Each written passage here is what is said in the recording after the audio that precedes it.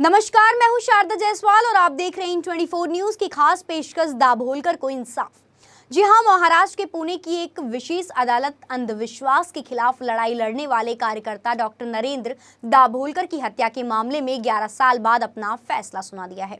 इस साजिश के मास्टरमाइंड डॉक्टर वीरेंद्र तावड़े सहित अन्य 2 आरोपी वकील संजीव पुनालेकर और विक्रम भावे को कोर्ट ने सबूतों के अभाव में बरी कर दिया है। वहीं दाभोलकर को गोली मारने वाले शरद काल्सकर और सचिन एंडुरे को आजीवन कारावास की सजा सुनाई गई है और सभी पर 5 लाख का जुर्माना भी लगाया गया है।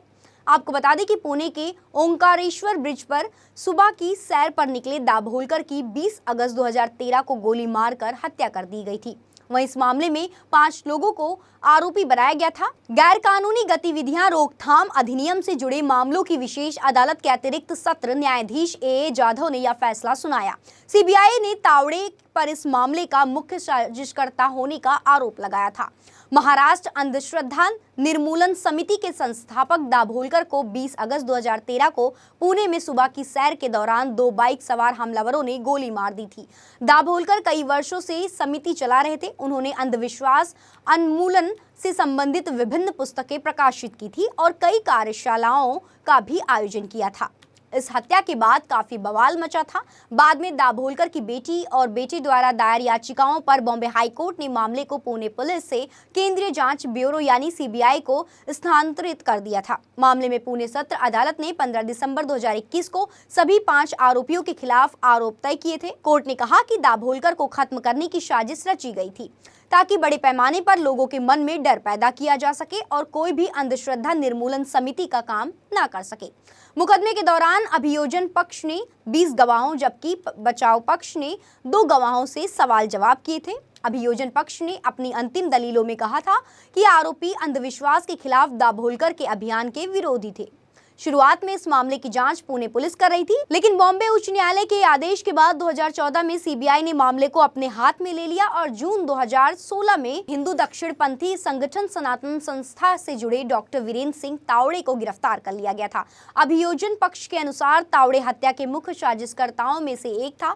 उसने दावा किया था कि सनातन संस्था दाभोलकर की संस्था महाराष्ट्र अंधश्रद्धा निर्मूलन समिति द्वारा किए गए कार्यों का विरोध करती है। इसी संस्थान से तावड़े और अन्य आरोपी जुड़े हुए थे। सीबीआई ने अपने आरोप पत्र में शुरुआत में भगोड़े, सारंग अकोलकर और विनय पवार को शूटर बताया था, लेकिन बाद में सचिन एंडुरे और शरद काल्सकर को गिरफ्तार किया और एक पूरक आरोप पत्र में दावा किया कि उन्होंने दाभोलकर को गोली मारी थी। इसके बाद केंद्रीय एजेंसी ने अधिवक्ता संजीव पुनालेकर और विक्रम भावे को कथित सह साजिशकर्ता के तौर पर गिरफ्तार किया। तावड़े, एंडुरे और काल्सकर जेल में बंद हैं, जबकि पुनालेकर और भावे जमानत पर बाहर हैं।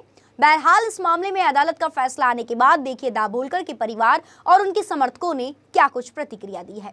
डॉक्टर दाभोलकर की हत्या के प्रकरण में आज सनातन का निर्दोषत्व सिद्ध हो चुका है और सनातन धर्म के संदर्भ में जो एक प्रकार से बदनामी का षड्यंत्र चल रहा था अर्बन नक्सलियों के द्वारा, वो एक प्रकार से ध्वस्त हो चुका है।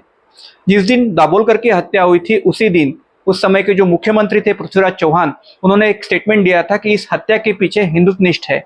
उस कारण उस समय हिंदू संस्थाओं की, सनातन संस्थाओं की एक प्रकार से जांच होने लगी। सनातन संस्था के साधक विक्रम भावे, उन्हें 2 वर्ष तक कारावास में रहना पड़ा। सनातन के आश्रम में निःशुल्क वैद्यकीय सेवा देने वाले डॉक्टर वीरेंद्र सिंह तावड़े जी को इस प्रकरण में आरोपी बनाया गया। उन्हें 8 वर्ष तक कारावास में रखा गया। हिंदुत्वनिष्ठों के वकील एडवोकेट संजीव पुनालेकर को इस प्रकरण में 42 दिन की पुलिस में कारावास में उन्हें रखा गया।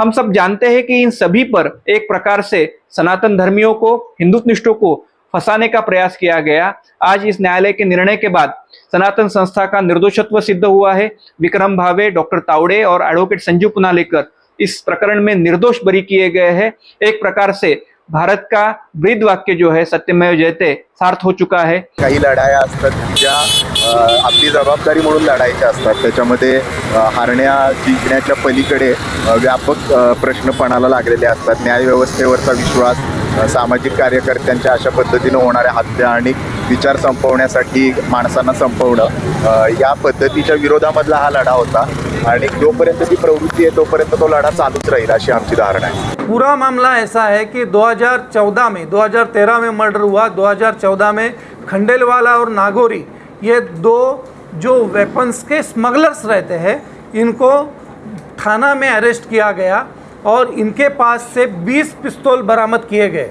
इसमें से एक पिस्तौल पुलिस ने इस प्रकार की जांच की कि डॉक्टर दाभोलकर के शरीर में जो बुलेट्स मिले थे उसमें से एक बुलेट इनके द्वारा जो पिस्तौल बरामद किए गए थे उसमें से एक पिस्तौल से छूटे थे और इसके लिए उन्होंने कलिना फॉरेंसिक लैब में इसको जांच के लिए भेजा और कलिना फॉरेंसिक लैब का रिपोर्ट आया था कि यही वो पिस्तौल है।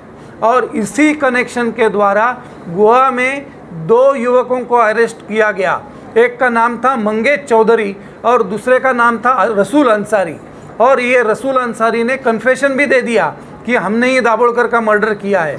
लेकिन ऐसा क्या हुआ, रातों रात सुबह में वो गोवा पुलिस के पास स्टेटमेंट देता है कि मैंने मर्डर किया है और मुंबई में आने तक उसने अपना स्टेटमेंट वापस लिया, उसने अपना जो कन्फेशन है वापस लिया, कहता है कि मैंने नहीं किया।